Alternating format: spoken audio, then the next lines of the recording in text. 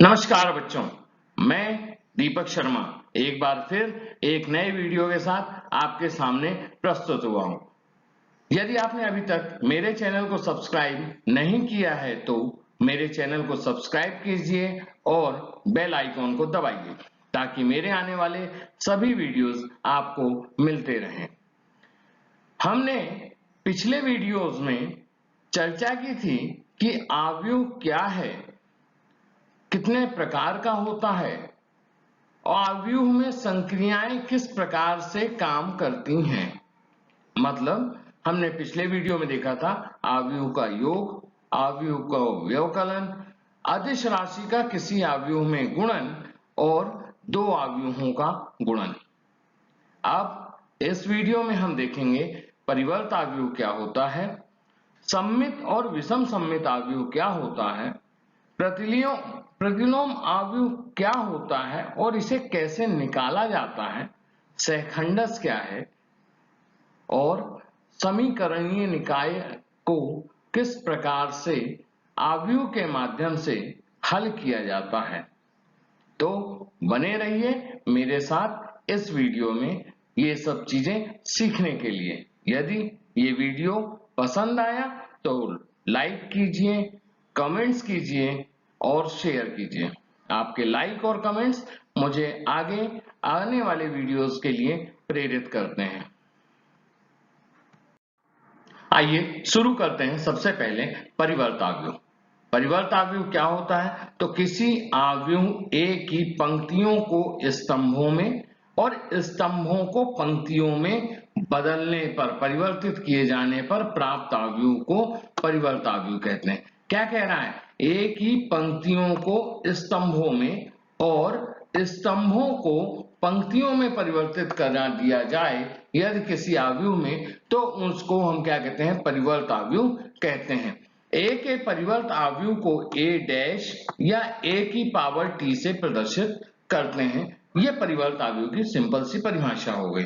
कैसे करते हैं ये देख लीजिए। एक उदाहरण, हमने एक आव्यूह लिया हुआ है। ये आव्यूह कितने का है? 2 गुणे 3 कोटि का है। इसमें दो पंक्तियां हैं, एक पंक्ति में 3 अवयव हैं, 1, 2 और 3। दूसरी पंक्ति है जिसमें 3 अवयव हैं, 2, 1 और 0। इसका परिवर्त आव्यूह हमने क्या कहा था? पंक्तियों को स्तंभों में, मतलब पंक्ति कौन सी है? पहली पंक्ति में 1, 2, 3 है तो इसको हमने स्तंभों में लिख दिया 1, 2, 3। दूसरी पंक्ति 2, 1, 0 थी, इसको भी हमने स्तंभों में लिख दिया 2, 1, 0। तो ये परिवर्त आव्यूह हो गई। और ये आव्यूह कितने की हो गई? यहाँ पर अगर आप गौर करें तो यहाँ पर आव्यूह कितने की है? 2 गुणे 3 की है। ये परिवर्त आव्यूह कितने की हो गई? 3 गुणे 2 की हो गई। इस प्रकार से परिवर्त आव्यूह ज्ञात करना बड़ा आसान सा है कि यदि किसी आव्यूह जिसका हमें परिवर्त आव्यूह ज्ञात करना है, हम उसकी पंक्तियों को स्तंभों में और स्तंभों को पंक्तियों में परिवर्तित कर दें तो वह नया प्राप्त आव्यूह पहले दिए हुए आव्यूह का परिवर्त आव्यूह होगा। कुछ गुण हैं या ये कह लीजिए कुछ नियम है परिवर्त आव्यूह के। तो सबसे पहला नियम है परिवर्त आव्यूह का कि A डैश का डैश, मतलब किसी परिवर्त आव्यूह का परिवर्त A के बराबर होता है। A डैश का डैश बराबर A होता है, ये पहला नियम है। दूसरा नियम है A प्लस B का डैश, मतलब दो आव्यूहों का परिवर्त आव्यूह हमेशा A के परिवर्त आव्यूह धन B के परिवर्त आव्यूह के योग के बराबर होता है। मतलब दो आव्यूहों का परिवर्त आव्यूह दोनों आव्यूहों के परिवर्त के योग के बराबर होता है। ये हमारा दूसरा नियम है। तीसरा नियम, यदि हम दो आव्यूहों का गुणा करें और उसके बाद गुणनफल का परिवर्त आव्यूह निकालें तो यहां पर हमको दिया हुआ है कि A गुणे B का परिवर्त आव्यूह बराबर होगा B का परिवर्त आव्यूह गुणे A का परिवर्त आव्यूह। मतलब गुणे के लिए परिवर्त आव्यूह में परिवर्तन हो जाता है। जो आव्यूह बाद में होता है उसका परिवर्त आव्यूह पहले लिखा जाता है और जो आव्यूह पहले होता है उसका परिवर्त आव्यूह बाद में लिखा जाता है। और इस प्रकार से हम गुणन प्राप्त करते हैं। अब एक उदाहरण के माध्यम से हम समझते हैं इन नियमों को कि नियम क्या कहते हैं। तो हमारा उदाहरण के माध्यम, उदाहरण प्रश्न हमारा है कि यदि a बराबर एक अवयव दिया हुआ है 2 गुणे 3 का और b दिया हुआ है 2 गुणे 3 का, तो हमें पहली चीज सिद्ध करनी है कि a डैश का डैश क्या होता है, ये बराबर a होता है, ये हमको सिद्ध करना है। और a प्लस b का डैश बराबर a dash plus b dash होता है, ये हमको सिद्ध करना है। तो हमने जो दिया हुआ है वो लिख लिया। क्या दिया हुआ है, a बराबर 2 गुणे 3 का मैट्रिक्स है और b बराबर भी 2 गुणे 3 का मैट्रिक्स है, दोनों मैट्रिक्स हमने लिख ली हैं।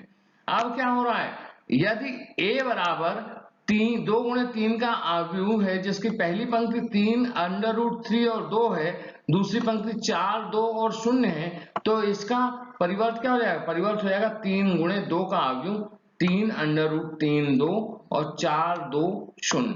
तो ये हमने परिवर्त निकाल लिया। इसी प्रकार b का परिवर्त निकाल लिया, परिवर्त के b की पंक्तियों को b के स्तंभों में लिख दिया, हमको क्या मिल गया, b का परिवर्त अवयव मिल गया।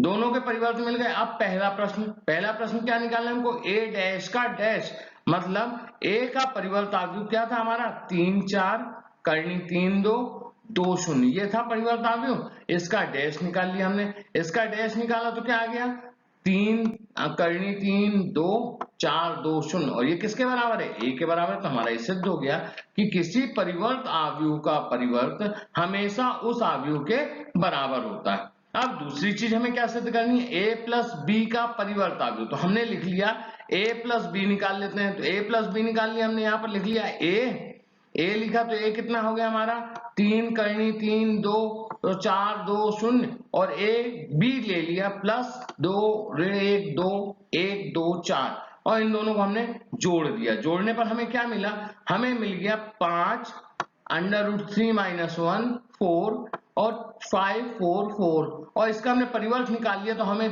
2 गुणे 3 का एक अवयव मिल गया। ठीक है, इसको हमने दे दिया समीकरण नंबर 1। अब हम क्या निकाल रहे हैं, a dash plus b dash. तो हमने a डैश पहले निकाला हुआ था और b डैश निकाला हुआ था, उन दोनों को यहाँ पे रख के जोड़ दिया, हमको जो मिला उसको हमने दे दिया समीकरण नंबर 2। अब हम ये देखें कि समीकरण 1 में पहले पंक्ति में है 5 और 5, समीकरण 2 में भी पहली पंक्ति में 5 और 5 है, समीकरण 1 की दूसरी पंक्ति में है अंडर रूट 3 माइनस 1 और 4, समीकरण 2 में भी वही है, समीकरण 1 में तीसरी पंक्ति में 4 और 4, समीकरण 2 में भी 4 और 4 है। तो समीकरण 1 और समीकरण 2 से क्या हो गया, हमारा a प्लस b का परिवर्त बराबर a का परिवर्त धन b का परिवर्त हो गया। अब हम देखते हैं सममित अवयव क्या होता है और विषम सममित अवयव क्या होता है। तो सबसे पहले हम देखते हैं सममित अवयव। सममित अवयव क्या होता है कि एक वर्ग अवयव सममित कहलाता है कब, जब a डैश बराबर a हो, अर्थात किसी अवयव का परिवर्त अवयव उसी अवयव के बराबर हो, परिवर्त अवयव a डैश बराबर हो a के, तो हम ये कहते हैं कि वह अवयव सममित अवयव होता है। यदि किसी अवयव का परिवर्त अवयव उस अवयव के बराबर नहीं है तो वह सममित अवयव नहीं होता है। अगला अवयव है विषम सममित अवयव।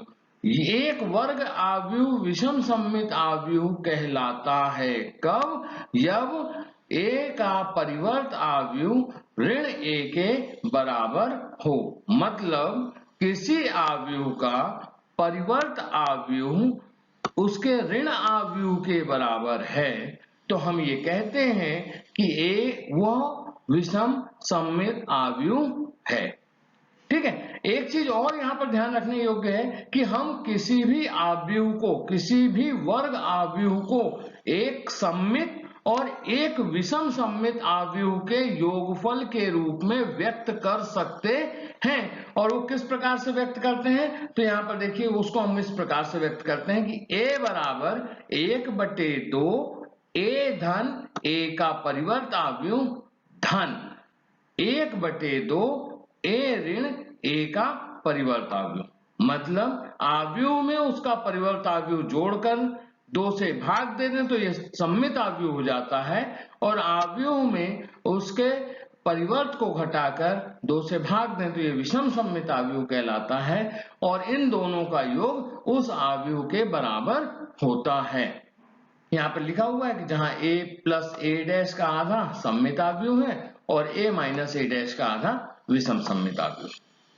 एक उदाहरण ले लेते हैं हम देखते हैं कि हमारे पास क्या दिया हुआ है, प्रश्न में दिया है कि एक आव्यूह है a जिसके लिए हमें सिद्ध करना है कि a प्लस ए डैश एक सममित आव्यूह है और a माइनस ए डैश एक विषम सममित आव्यूह।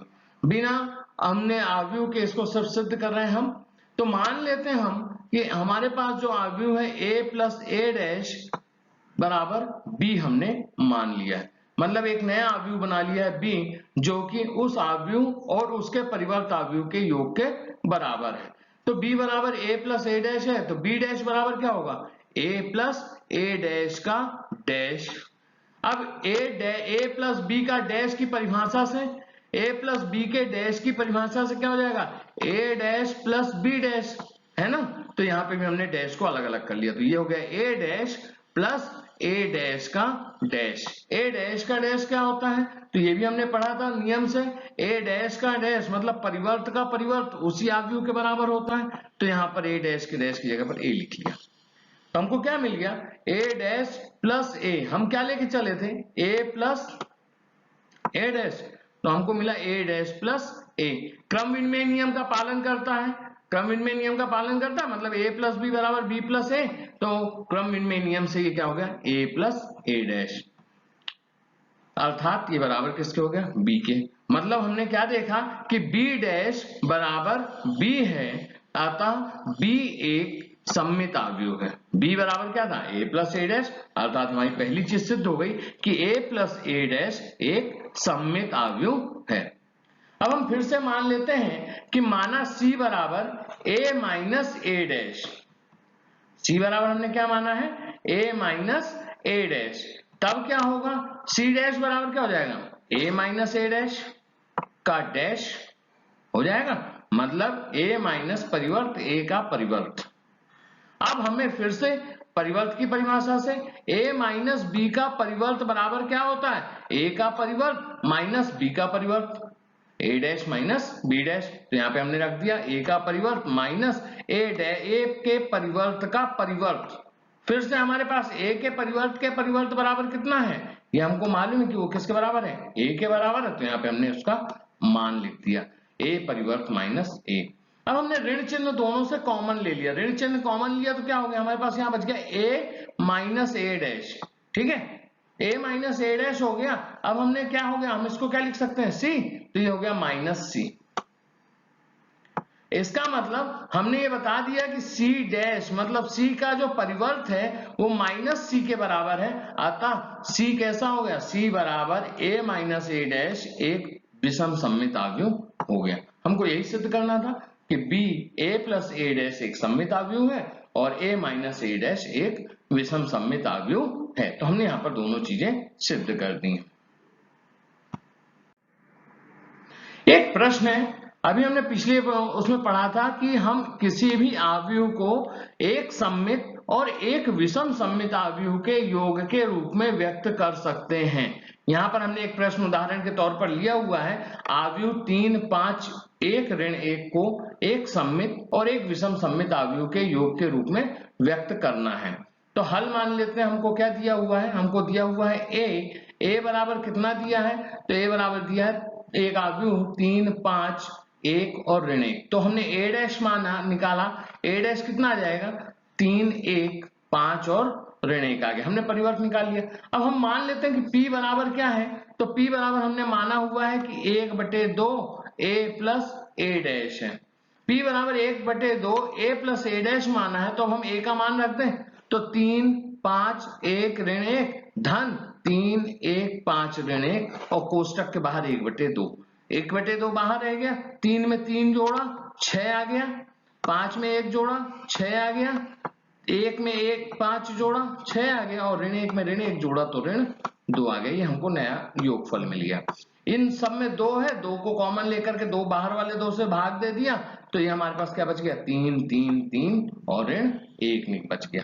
अब हम p डैश निकाल लें, p डैश बराबर क्या हो जाएगा 3, 3, 3 ऋण 1 का डैश, परिवर्त निकाल रहे हैं ना, तो ये बराबर आ गया हमारे पास 3 3 3 ऋण 1, मतलब ये किसके बराबर है, P के बराबर है। इसका मतलब P जो है वो एक सममित आव्यूह है।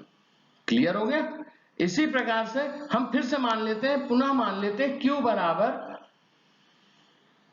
1/2 A ऋण A डैश। ठीक है, हमने Q बराबर मान लिया तो A का मान रख दिया, A का मान रख दिया, A डैश का मान रख दिया, A डैश का मान रख दिया और दोनों को घटा दिया। जब घटाया तो हमें क्या मिला, 3 में से 3 घट गए, कितना बचा, 0, तो हमें यहाँ पे 0 मिल गया।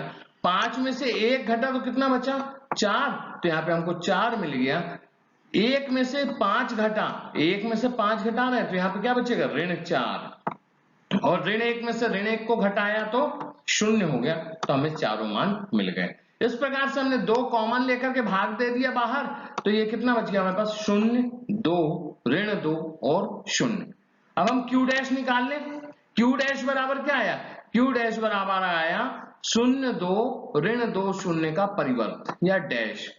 तो ये परिवर्त में क्या हो गया, बदल गए, तो बदल गए तो क्या हो गया, ये जो पंक्ति में था 0 2 वो नीचे स्तंभ में आ गया 0 2, और ऋण 2 0 जो पंक्ति में था वो भी ऋण 2 0 स्तंभ में आ गया।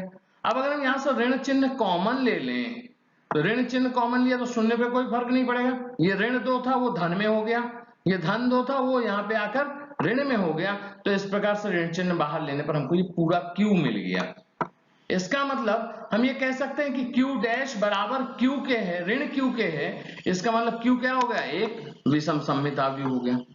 हो गया, मतलब एक P जो था हमने वो निकाला तो वो क्या निकला, सममित आव्यूह निकला, और Q क्या निकला, विषम सममित आव्यूह निकला। अब हम दोनों को जोड़ देते हैं, जोड़ा P प्लस Q, P का मान रख दिया 3 3 3 ऋण 1, और Q का मान रख दिया 0 2 ऋण 2 0। अब 3 में 0 जोड़ा 3 आ गया, ठीक है। 3 में 2 जोड़ा 5 आ गया, ये भी ठीक है। 3 में ऋण 2 जोड़ा 1 आ गया, ये भी ठीक है। और ऋण 1 में 0 जोड़ा ऋण 1 आ गया। ये क्या मिल गया, अगर हम गौर करें तो हमको ये जो आव्यूह हमने शुरू में लिया था हमको वो यहीं मिल गया, तो ये बराबर A के हो गया। अर्थात हम ये कह सकते हैं कि किसी भी वर्ग आव्यूह को एक सममित और एक विषम सममित आव्यूह के योग के रूप में व्यक्त किया जा सकता है। हमने अभी तक जो भी आव्यूह के गुणधर्म पढ़े, उन आव्यूह के गुणधर्मों का प्रयोग करते हुए कुछ नए आव्यूह पढ़ते हैं। पहला आव्यूह है सम-शम आव्यूह या आइडेम्पोटेंट मैट्रिसेस। समसम आव्यूह क्या होता है, तो कोई वर्ग आव्यूह समसम आव्यूह कहलाता है यदि उसका वर्ग उस आव्यूह के बराबर हो, अर्थात a स्क्वायर बराबर a। अगर a स्क्वायर बराबर a है तो हम ये कहेंगे कि जो ये a है ये क्या है, समसम आव्यूह है। अगला आव्यूह है प्रतिकेंद्रज आव्यूह या इनवॉल्यूटरी मैट्रिसेस। एक वर्ग आव्यूह प्रतिकेंद्रज आव्यूह कहलाता है यदि A का वर्ग, आव्यूह का वर्ग उसके तत्समक आव्यूह के बराबर हो, मतलब A square is equal to I हो। यदि A square is equal to I है तो हम कहेंगे कि आव्यूह A जो है वो क्या है, प्रतिकेंद्रज आव्यूह है, इनवॉल्यूटरी मैट्रिसेस है। अगला है शून्यसम आव्यूह। शून्यसम आव्यूह या निलपोटेंट मैट्रिसेस। एक वर्ग आव्यूह m घात का शून्यसम आव्यूह कहलाता है। यहाँ पे देखो, यहाँ पे एक अलग चीज है, एक वर्ग आव्यूह m घात का शून्यसम आव्यूह कहलाता है यदि a की घात m बराबर 0 हो, लेकिन a की घात m-1 बराबर 0 ना हो। ऐसा ना हो कि a की घात 2 बराबर 0 तो a की घात 3 भी 0 हो गई, तो आपने कह दिया कि a की घात 3 जो है वो 3 घात का समसम है, नहीं, शून्यसम है, नहीं। कब शून्यसम होगा, जब a की घात m बराबर 0 हो लेकिन a की घात m-1 बराबर 0 ना हो, तो हम ये कहते हैं कि वर्ग आव्यूह m घात का शून्यसम आव्यूह है। अगला आव्यूह है लांबिक आव्यूह या ऑर्थोगोनल मैट्रिसेस। एक वर्ग आव्यूह लांबिक आव्यूह कहलाता है यदि उस आव्यूह में उसके परिवर्त का गुणा करने पर या उसके परिवर्त में उस अवयव का गुणा करने पर हमें तत्समक अवयव प्राप्त हो जाए। अर्थात a गुणे a डैश या a डैश गुणे a दोनों किसके बराबर हो? I के बराबर हो। तो हम ये कहते हैं कि अवयव क्या है? लांबिक अवयव है। पिछले वीडियो में हमने दो अवयवों का गुणन पढ़ा था। अब हम उससे आगे बढ़ते हैं और अवयवों के गुणन के नियम को पढ़ते हैं और देखते हैं कि कौन कौन से नियमों का पालन करता है। तो सबसे पहला जिस नियम का पालन करता है वो नियम है साहचर्य नियम। दो अवयवों का गुणन साहचर्य नियम का पालन करता है। कोई तीन अवयव हमने ले लिए हैं। ए अवयव लिया जिसकी कोटि m गुणे n है, बी अवयव लिया जिसकी कोटि n गुणे p है और सी अवयव लिया है जिसकी कोटि p गुणे k है। तब इसके लिए क्या होगा? a गुणे b ब्रैकेट बंद गुणे c बराबर होगा a गुणे ब्रैकेट के अंदर b गुणे c के। मतलब किन्हीं भी दो का गुणा पहले कर दें और तीसरे का गुणा बाद में करें, या दो बाद के दो का गुणा पहले कर लें और पहले वाले का उसमें गुणा बाद में करें, मान बराबर होता है। क्रम याद रखना है इसमें क्रम नहीं, आप आगे पीछे नहीं कर सकते। क्यों? क्योंकि ये क्रम विनिमय नियम का पालन नहीं करता है। अर्थात a गुणे b गुणे c है और a बाहर रहेगा और गुणे b गुणे c, तो साहचर्य नियम का पालन करता है। अगला नियम है वितरण नियम। वितरण नियम ये कहता है कि यदि b और c समान कोटि के हों, समान कोटि n गुणे p के हैं और अवयव a m गुणे n कोटि का एक दूसरा अवयव है, तब a गुणे b धन c बराबर होता है a गुणे b धन a गुणे c। ठीक है, यहां तक कोई दिक्कत किसी को नहीं होगी। अगला है गुणन तत्समक। अब गुणन तत्समक को थोड़ा सा बड़े ध्यान से समझिएगा कि यदि a m गुणे n कोटि का एक अवयव है, तब I n गुणे n कोटि का तत्समक अवयव होगा। तो क्या होगा? a इस प्रकार से होगा कि a गुणे I बराबर a हो जाए।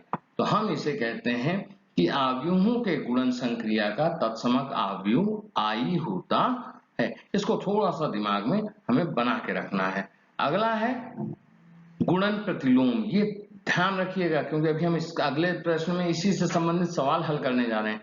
तो यदि a कोई m गुणे n कोटि का अवयव है, तब n गुणे m कोटि का अवयव x इस प्रकार से होगा कि a गुणे x या x गुणे a बराबर हमें क्या मिल जाए? I मिल जाए।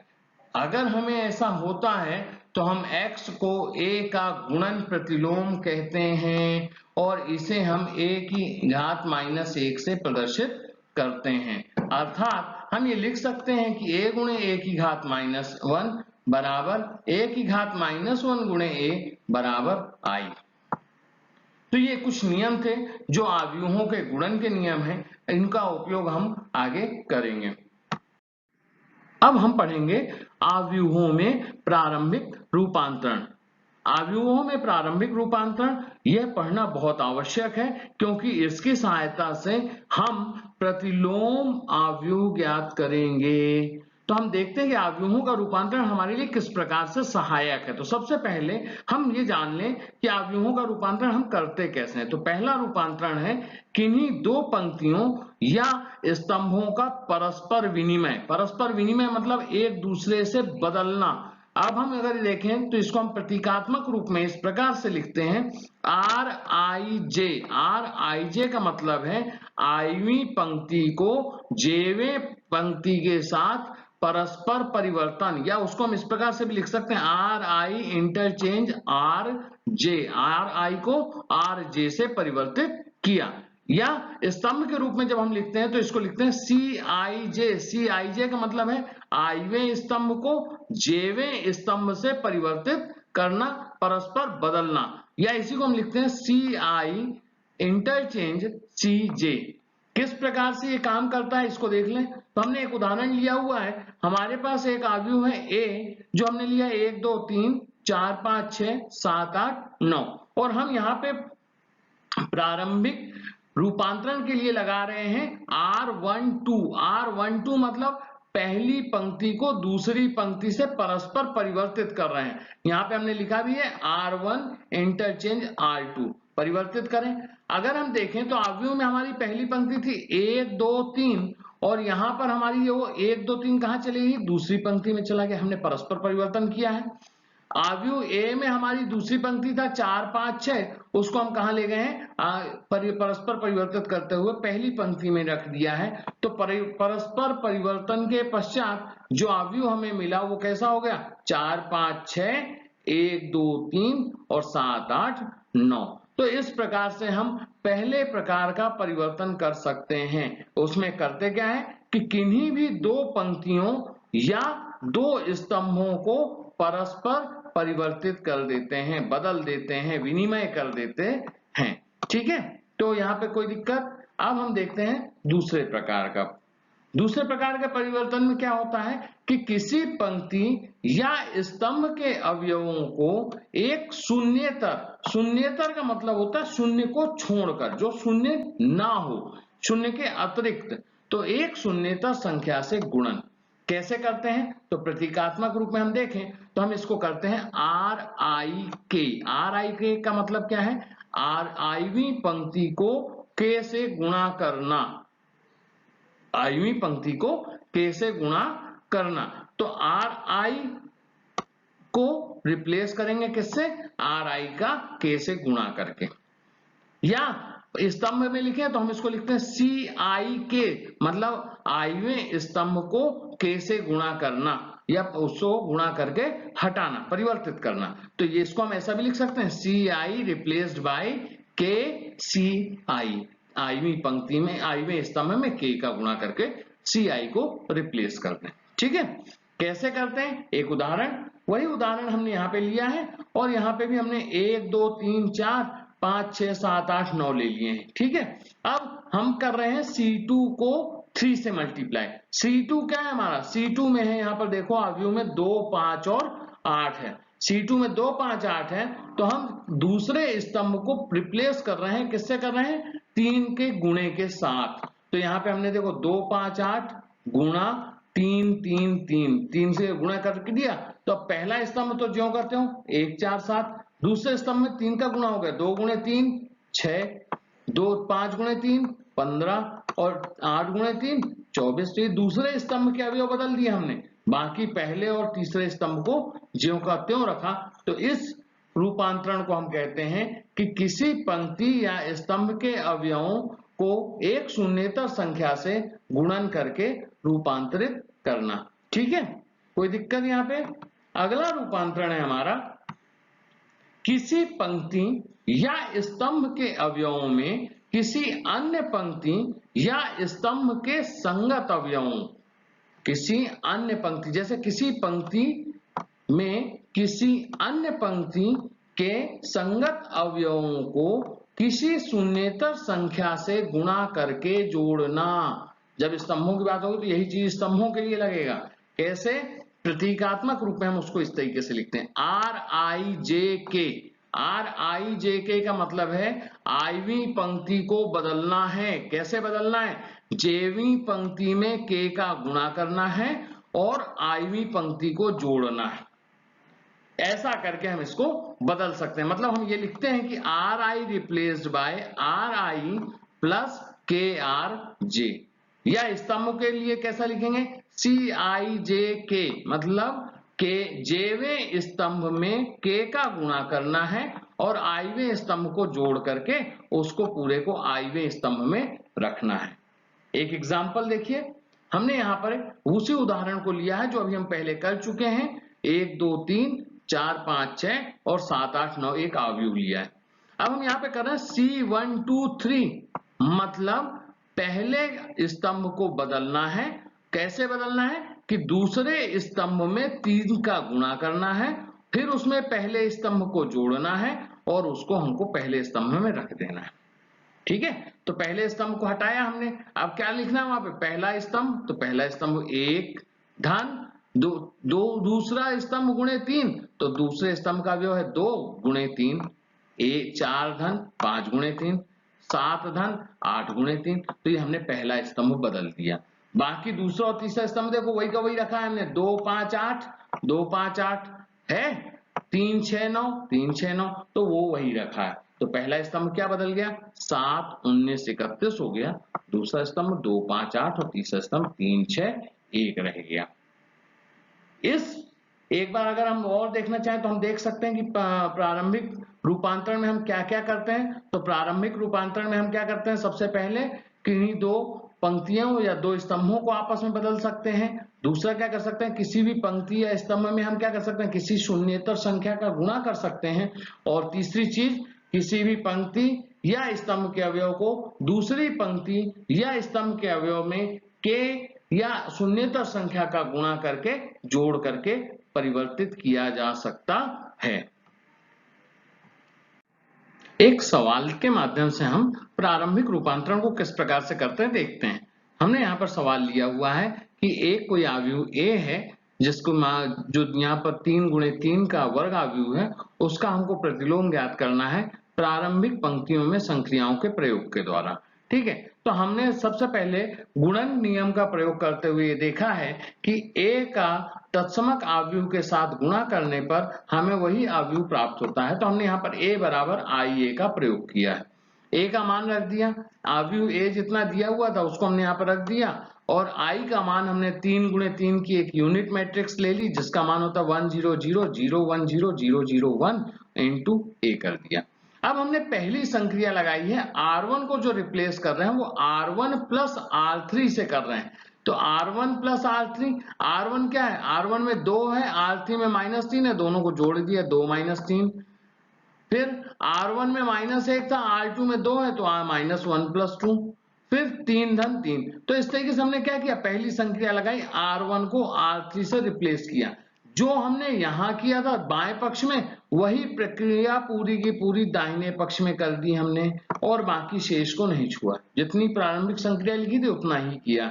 ठीक है, इसको हमने किया तो अब कितना मान आ गया, हमें एक मैट्रिक्स इधर बाएं पक्ष में मिल गई -1 1 6 और -5 3 1 और -3 2 3। इसी प्रकार दाहिने हाथ में हमको मिल गया 1 0 1 0 1 0 और 0 0 1 गुणे A।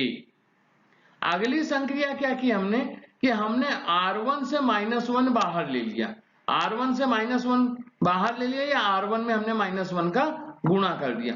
R1 में -1 का गुणा किया तो जो ऋण थे वो धन हो गए और जो धन थे वो ऋण हो गए। तो ऋण में क्या था, -1 वो धन का हो गया, और बाकी 1 था तो वो ऋण 1 हो गया, 6 था वो ऋण 6 हो गया। इसी प्रकार यहाँ पर जो था ऋण में वो धन में, और जो धन में था वो ऋण में, तो यहाँ पर सब धन में थे तो वो ऋण में हो गए, बाकी कोई परिवर्तन नहीं हुआ। आगे अगली संक्रिया जो हमने लगाई वो क्या लगाई, वो लगाई हमने ये कि R2 रिप्लेस किया R2 को R2 + 5 R1 से। R2 को हमने किससे रिप्लेस किया, R2 + 5 R1 से, और R3 को रिप्लेस कर रहे हैं हम R3 + 3 R1 से। देखो हमने R1 को नहीं छुआ, R1 जो का त्यों रखा है यहाँ पे।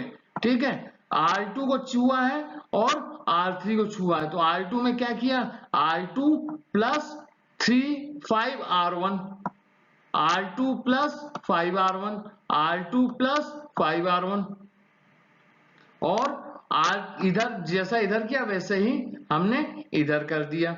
इधर भी क्या किया हमने, R1 को छुआ है, R2 को नहीं छुआ, तो R1 को नहीं छुआ, R2 को छुआ है, तो 0 ऋण 5 1 धन 5 और 0 ऋण 5। तो इस तरीके से हमने सिर्फ 5 का गुणा करते हुए R1 + R2 करके कहाँ रखा है, R2 में। अब R3 को छू लें तो R3 को रिप्लेस किया तो कैसे किया, R3 + 3 R1, वही प्रक्रिया हमने यहाँ पर R3 के साथ अपना ली। क्या हुआ, हमारा रिजल्ट आया क्या कि 1 - 1 6 0 - 2 29 0 -1 -15 का एक आव्यूह यहाँ मिल गया, और इधर जो दाएं पक्ष का आव्यूह था वो -1 0 -1 -5 1 -5 और -3 0 और +-2 हो गया। ठीक है, अगली संक्रिया हमने लगा दी। अगली संक्रिया हम फिर से क्या लगा रहे हैं, R1 को रिप्लेस कर रहे हैं अब R1 - R3 से, और R2 को रिप्लेस कर रहे हैं R2 - 3R3 से। करिए, हम करते हैं। तो हमने R1 को रिप्लेस कर दिया, R1 को रिप्लेस किया तो ये हमारा ये आ गया 1 माइनस 0 माइनस 1 प्लस 1 और माइनस 6 प्लस 15, ये हो गया R1। और R2 को हम क्या कर रहे हैं, R2 माइनस 3R3, तो ये तो 0 माइनस 0 था, कोई मतलब नहीं है, माइनस 2 माइनस 3R3 गुणा कर दिया। इसी तरीके से माइनस 29 प्लस 45, जो हमने बाएं पक्ष में किया वही हमने दाएं पक्ष में कर दिया। तो माइनस 1 धन 3 0, माइनस 1 धन 2 और माइनस 5 धन 9 1 माइनस 5 धन 6। तो यहां से हमको जो मैट्रिक्स मिल गया, ये जो आव्यूह का बायां पक्ष और दायां पक्ष मिला, ये 1 0 0। यहाँ देखो कॉलम में बराबर आ गया, जैसा एकांक सदिश था, एकांक आव्यूह था, ठीक है। और यहाँ पे 0 1 माइनस 1 है और यहाँ 9 16 माइनस 15 है। तो अब हम इसको और आगे करते हैं। आगे हमने किया तो हमारा क्या आया, अगला हमने संक्रिया कर दी, क्या किया हमने किया R3 replace by R3 plus R2। अब हमने R3 को रिप्लेस कर दिया, R3 को रिप्लेस किया तो कैसा रिप्लेस हो गया, आप देखो यहाँ पर R3 में ये 0 0 था इसलिए कोई दिक्कत नहीं थी, यहाँ माइनस 1 और प्लस 1 हो गया और ये माइनस 15 प्लस 16 हो गया, यहाँ पे भी वही चीज हो गई। अब अगला हमको जब हमने इसको हल किया तो हमको क्या मिल गया, 1 0 9 0 1 16 और 0 0 1, हमको ये मिल गया, इधर भी हमको मिल गया। अब अगली आखिरी क्रिया क्या करी हमने, आखिरी संक्रिया करी कि R1 को रिप्लेस कर रहे हैं R1 माइनस 9R3 से और R2 को रिप्लेस कर रहे हैं R2 माइनस 16R3। तो कर देते हैं हम, 9 R1 को रिप्लेस किया हमने तो ये हमारा हो गया 1 0 और 9 से 9 घट गया तो ये हमारा 9 से 9 घट गया। यहां पर क्या हो गया 0 1 और ये 16 से 16 कट गया तो यहाँ पर 16 से 16 कट गया और हमारा मान प्राप्त हो गया। तो हमको क्या मिल गया, आव्यूह वापस प्राप्त हो गया। ठीक है, I बराबर A इनवर्स इंटू ए से क्या हो गया, I बराबर A इनवर्स इंटू ए से हमें जो A के साथ गुणे में आव्यूह मिला है वो कैसा आव्यूह है, A इनवर्स या A का प्रतिलोम आव्यूह प्राप्त होता है। इस पूरी प्रक्रिया में हमें सिर्फ ये याद रखना है कि हम जो A को लेकर के चल रहे हैं उसको I में बदलना है तो I अपने आप A इनवर्स में बदल जाएगा। पूरा ध्यान हमें यही रखना है। और एक शर्त और रहेगी भाई, आप जब अगर पंक्तियों को लेकर के चलेंगे, पहली बार पंक्तियों को लिया है तो अंत तक आपको पंक्तियों पे ही क्रिया करनी है। ऐसा नहीं कर सकते कि एक बार पंक्ति पे, दूसरी बार स्तंभ पे, फिर स्तंभ पे, फिर पंक्ति पे, ऐसा नहीं। आप अगर पहली बार में पंक्ति लेकर चल रहे हैं तो अंत तक आपको पंक्ति पर ही संक्रिया अभिक्रियाएं करनी हैं। ठीक, यहाँ पर आपकी प्रैक्टिस के लिए कुछ प्रश्न दिए गए हैं, वस्तुनिष्ठ के रूप में है। आपने चूंकि पूरा पाठ अच्छे से पढ़ा है, आप इन प्रश्नों को अच्छे से आसानी से हल कर सकते हैं। एक दो प्रश्नों में दिक्कत होगी तो वो मैं आपको अभी क्लियर कर देता हूं। यदि पहला प्रश्न है कि a बराबर दिया है तो a की घात 4 आप निकाल सकते हैं, बिल्कुल निकाल सकते हैं। यहाँ पे 4 विकल्प दिए हुए हैं, आप उनमें से कोई एक चुन सकते हैं। दूसरा प्रश्न है कि a बराबर इतना है तो a की घात 5 निकालिए, ये भी आप कर सकते हैं, तो आप कर लीजिएगा। अब हमारे पास अगला प्रश्न है 3 गुणे 3 कोटि के ऐसे अवयवों की कुल कितनी संख्या होगी जिनकी प्रविष्टि 0 या 1 है। ये एक इंपॉर्टेंट क्वेश्चन है परीक्षा के हिसाब से, तो हम इसको थोड़ा सा समझ लेते हैं। हमें कुल कोटि क्या दी हुई है अवयव की, 3 गुणे 3, मतलब अवयव में अवयवों की संख्या कितनी होगी, अवयव में अवयवों की संख्या होगी 9 होगी। और हमें अंक कौन कौन से प्रविष्ट करने हैं, 2 ही अंक प्रविष्ट करने हैं, या तो हम 0 प्रविष्ट करेंगे या 1 प्रविष्ट करेंगे। 0 या 1 को जब हम देखते हैं तो पिछले साल हमने क्रमचय में पढ़ा था कि जब हमें अंकों की पुनरावृत्ति होती है तो कुल क्रमचय कितने बनते थे, तो 2 की घात n हो जाता था। तो यहाँ पर 2 की घात 9 हो जाएगा और 2 की घात 9 बराबर होता है 512। तो हमारा ये वाला ऑप्शन हो जाएगा। अगला प्रश्न है कि a बराबर aij एक वर्ग आव्यूह है, तो क्या शर्त होगी वो आप बताएंगे क्योंकि आपने पढ़ा हुआ है। और अगला प्रश्न है a और b का मान दिया हुआ है तो a गुणे b आपको निकालना है। आप इसको भी निकाल सकते हैं और अपने प्रश्नों को हल कर सकते हैं।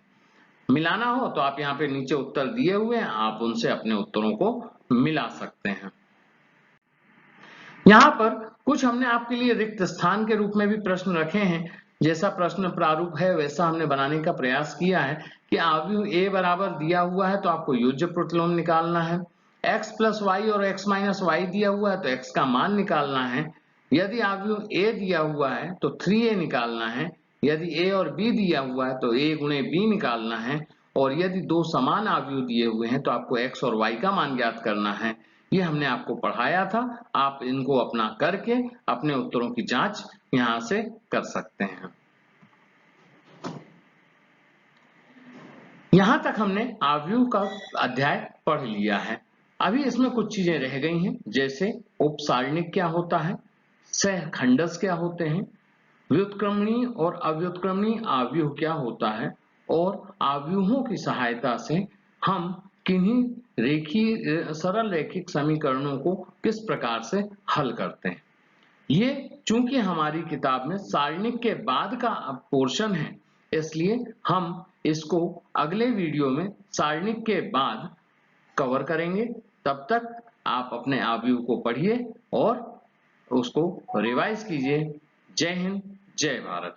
यदि आपको मेरा वीडियो अच्छा लगा तो आप इसे लाइक कीजिए, शेयर कीजिए और कमेंट कीजिए। जय हिंद।